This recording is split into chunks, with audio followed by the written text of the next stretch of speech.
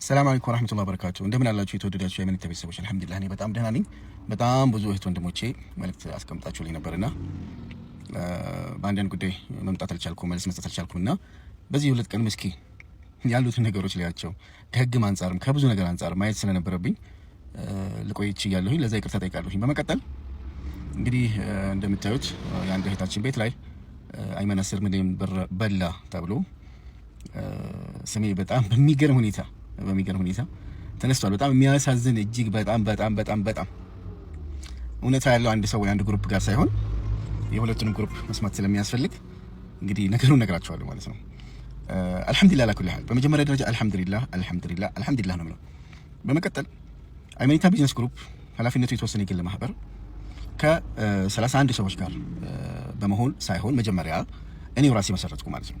ለይሄ የተመሰረተበት ምክንያት ዋናው ደረጃ ፋብሪካ ለመክፈት ነው። ህጋዊ ሰነዶች አሉት፣ ህጋዊ ሁሉ ዶክመንቶች አሉኝ። እኔ የምተማመንበት በህግ አካል እነሱም ያልሄዱበት እነዛ ልጆች 4 ናቸው። ግሩፑን ሲበጠብጡ ሲረብሹ የነበሩት እንዲሁም አንደኛው እንደውም የዲሲፕሊን እርምጃ ተወስዶባት ዛሬ ላይ ወጣ የማይሆን ብዙ ነገር ስትናገር አይቼ በጣም ገርሞኝ እየተደነኩ ሰው ልጅ እንደዚህ በጣም መቀየር ይችላል፣ እንደዚህ በጣም መዋሸት ይችላል፣ እንደዚህ በጣም እጅግ በጣም ሰው አንድን ሰው እንዲጠላው ሰዎች እንዲያጠቁት ማድረግ ይቻላል ወይ የሚለው ገርሞኝ እያየሁ ነበርና ድርጅቱን ካቋቋምኩ በኋላ ከነዚህ 31 ሰዎች ጋር ሆነን እዛ ውስጥ የከፈሉም ያልከፈሉ 500 ሺህ 4 ሚሊዮን ሌሎቹ በ100 ሺህ በ150 ሺህ በ200 ሺህ ገብተው አብረን ለመስራት ላለፉት 1 ዓመት ፋብሪካ ለመገንባት በደንብ አድምጡ። ቤት ለመገንባት አይደለም ፋብሪካ ለመገንባት ስንት ጊዜ ይፈጃል? ቤት ለመገንባት 1 ዓመት 2 ዓመት የሚፈጀው ፋብሪካ ለመገንባት እኮ ከ1 ዓመት ከ3 ዓመት ይፈጃል። ዝም ማሽን ይታዘዛል። ማሽን ሲታዘዝ እኮ ከሱቅ ሄደን ማሽን አንገዛም። ማሽን ሲታዘዝ ማሽን ለመስራት ቢያንስ በትዕዛዝ ደረጃ እንኳን 8 ወር እንደኔ ፕሮጀክት ማሽን 8 ወር 1 ዓመት ይፈጃል። በትንሹ 6 ወር 3 ወር ይላችኋል፣ ግን አያመጡላችሁም። በ6 ነው በ3 ወር ስለማውቀው ገበያ ጥናት ያስፈልጋል። ፊዚቢሊቲ ማጥናት ያስፈልጋል። ጥናት ማጥናት ያስፈልጋል። ወጪ ኪሳራ፣ ወጪ ትርፍ ማስላት ያስፈልጋል። መሬት ደግሞ ያስፈልጋል። መሬት ሲያስፈልግ ደግሞ ፋብሪካ ስትገነቡ እንደ ሪል ስቴት መሬት ዝም ብላችሁ ገዝታችሁ መገንባት አትችሉም። በኢንቨስትመንት ነው የምትሄዱት። በኢንቨስትመንት የተመዘገበ ህጋዊ የሆነ የመሬት ፍቃድ ለማግኘት ፕሮሰስ ላይ ያለ ድርጅት መሆኑ ማስረጃዎች አንድ በአንድ አሉኝ። እዚህ ግን ማውጣት አልፈልግም። ማስረጃውን የሚፈልግን በአካል መጥቶ ማህበሩ ላይ አለ፣ ማህበሩ ላይ አላቸው፣ ያውቃሉ። ያ አለ። በዛ መሰረት መሬታችንን እየጠበቅን ማሽናችንን እየጠበቅን ምክንያቱም ፕሮጀክቱ የ150 ሚሊዮን እናንተ 10 ሚሊዮን ነው የምትሉት አይደል? የ150 ሚሊዮን ብር ፕሮጀክት ጥናታዊ በምሁራን የተጠና በማህተም የተመታ እነሱም የሚያውቁት ነው። ላለፉት 1 ዓመት ወጪ አይወጣም? ወጪ እኮ ይወጣል። ብዙ ወጪዎች ይወጣል። ጉዳይ አይፈጸምም? ጉዳይ ይፈጸማል። ለብዙ ነገር እኮ ነው የሚከፈለው። እኛ ብሩን አልበላሁም፣ አላጭበረበርኩም። ስራ ያለኝ ነጋዴ ሰው ነኝ። እንደው እንበል ብሩ ባጠፋው እንኳን እንደው ባጠፋው ብሩን እኮ ነው ይከፍላሉ። ስራ ላይ ያለው ሰው ነኝ እና እነዚህ 4 ልጆች ስማቸውን አልጠቅስም፣ 4 ልጆች ግሩፑን ሲበጠብጡ ያለኔ እውቅና ከኔ ጋር ሳይነጋገሩ ምንም ሳይሉኝ መጥተው ሚዲያ ላይ ወጥተው አይመን ብራችንን ይበላል። ሐራም እኮ ነው። አላህን መፍራት እኮ ያስፈልጋል ወንድሞች እህቶች። አላህን መፍራት ነገ ቂያማ ፊት ቆማላችሁ። የእናንተ እዳኒ በመሸከሜ አላህ ፊት ቆማለሁ። ስሜንና ተግባሬን ያላደረኩትን ማለታችሁ ግን እናንተ ግን ትሸከሙታላችሁ። ሐስቢ አላሁ ወኒዕመል ወኪል። እኔ የስደት እህቶችን ብር ምበላ ሰው አይደለሁም። የስደት እህቶችን ብር ምበላ ሰው አይደለሁም። እንዴ አሁን እኮ እናንተ ይህን ባደረጋችሁት፣ ስሜን ባጠፋችሁት፣ በሰጣችሁት መረጃ ከዛ ውስጥ ለጠበቃ የሰጥቼው ብዙ ፎልትና ብዙ ስህተቶችን እኮ ተሳሳችኋል። እህቶች ብዙ ማይባል ነገር ብላችኋል። የማይባል በህግ ሊያስጠይቃችሁ የሚችል ነገር እኮ ዘርዝራችኋል። እኔ ግን እናንተ አሳልፌ እሰጣለሁ አላረገውም። ለምን አምናችሁ ብራችሁን ሰጣችሁኝ፣ አብረን እንስራ ብላችሁኝ፣ አብረን እንስራ እንለወጥ ብያችሁኝ ወንድማችሁ እንዲህ አድርጌ ተነስቼ ነገ እንዲህ አድርጓል እንደዚህ አልልም።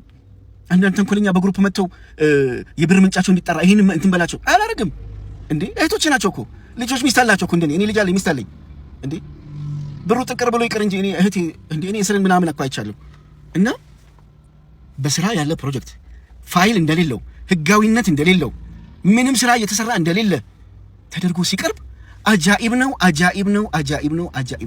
ለዛውም እኔ የምከፍተው ፕሮጀክት ነው ትልቅ የ150 ሚሊዮን ፕሮጀክት በውስጡ ከ80 እስከ 200 ሰራተኛ ሊኖረው የሚገባ ፕሮጀክት። የማሽኖቹ ዋጋ ብቻ የአንዱ ማሽን ዋጋ 60 ሚሊዮን ብር ኮንቲኒየስ ፎም ማሽን ይባላል። 60 ሚሊዮን ብር ይሄን እኮ ነው የተሸከምኩት። እህቶች ግን ሊረዱ አልቻሉም። እነሱ የሚፈልጉት ዛሬ ብሩ ወጥተው ሰርቶ ብሩ እንዲመጣ ነው።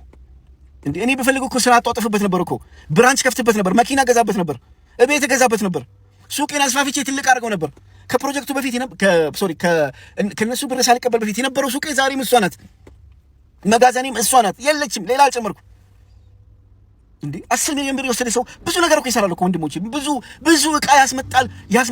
እስኪ የት ያስመጣሁበት በመረጃ አምጡ። ይሄው መርካቶ ግልጽና ግልብ ነው ያጭበረበርኩት። ግልጽና ግልብ ነው። ይምጣ። ከግሩፕ የወጡ ሰዎች ነበሩ። ምንድነው ያደረኩት? መተዳደሪያ ደንብ አለኝ። ከግሩፕ ሲወጡ ይኸውላችሁ ተስማምተን የገባ ነው። ከግሩፕ ሲወጡ ሼር ሽጠው ነው የሚወጡት። ከሰውኛ አይደለም፣ ሼራቸውን ሽጠው ነው።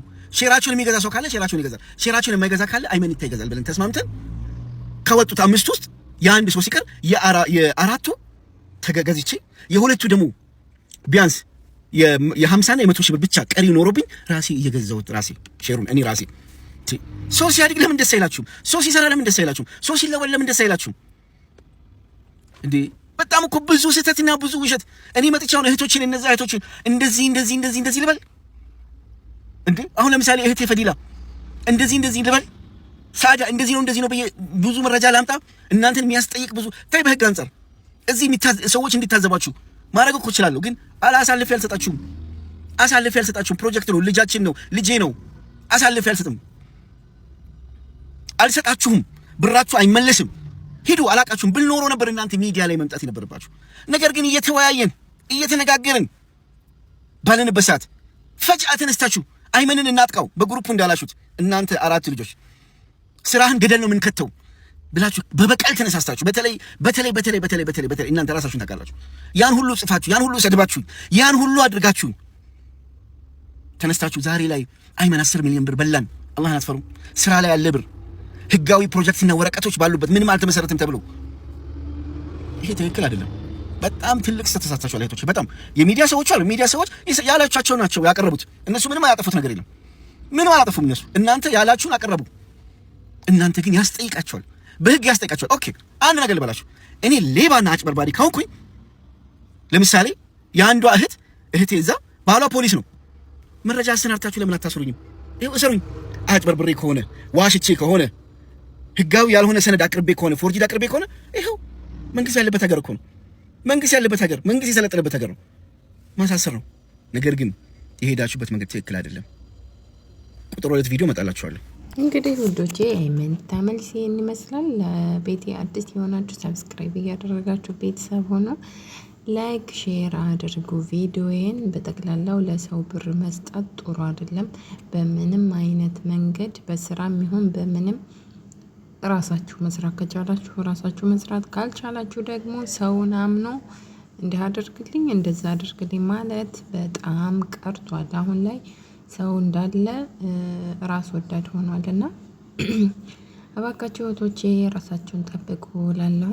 ጭራሽ በህግ እነሱን ለመጠየቅ እንደሚያስችለው እንዲሁም ደግሞ በህግ የሚያስጠይቃቸውን ንግግር እየተናገሩ ነው በሶሻል ሚዲያ እያለ ነው። እንግዲህ ወንድማችን አይመኒታ ያው እሱ ጋር ብር እንደሰጡትም አልካደም፣ እንደሰበሰበ ያውም በጣም ብዙ እንደሆነ ነው የተናገረው። እጅግ በጣም ያሳዝናል። እስከ መቼ እንደሆነ አላውቅም ሰውን የምናምነው። ሰውን ማመን ድሮ ቀርቷልና አሁን ላይ ሰው አይታመንም። ባካችሁ ሰውን አትመኑ። በብር ጉዳይ በተለይ ሰውን ማመን በጣም ከባድ ነው። ለማንኛውም ላይክ ሲያደርጉ እና ደግሞ ሰብስክራይቤን አሳድጉልኝ። 7000 ላይ ቆሜያለሁና ወደ 8000 ሲያስገቡኝ እላለሁኝ። ላይክ እያደረጋችሁ ሰላም ሁኑልኝ።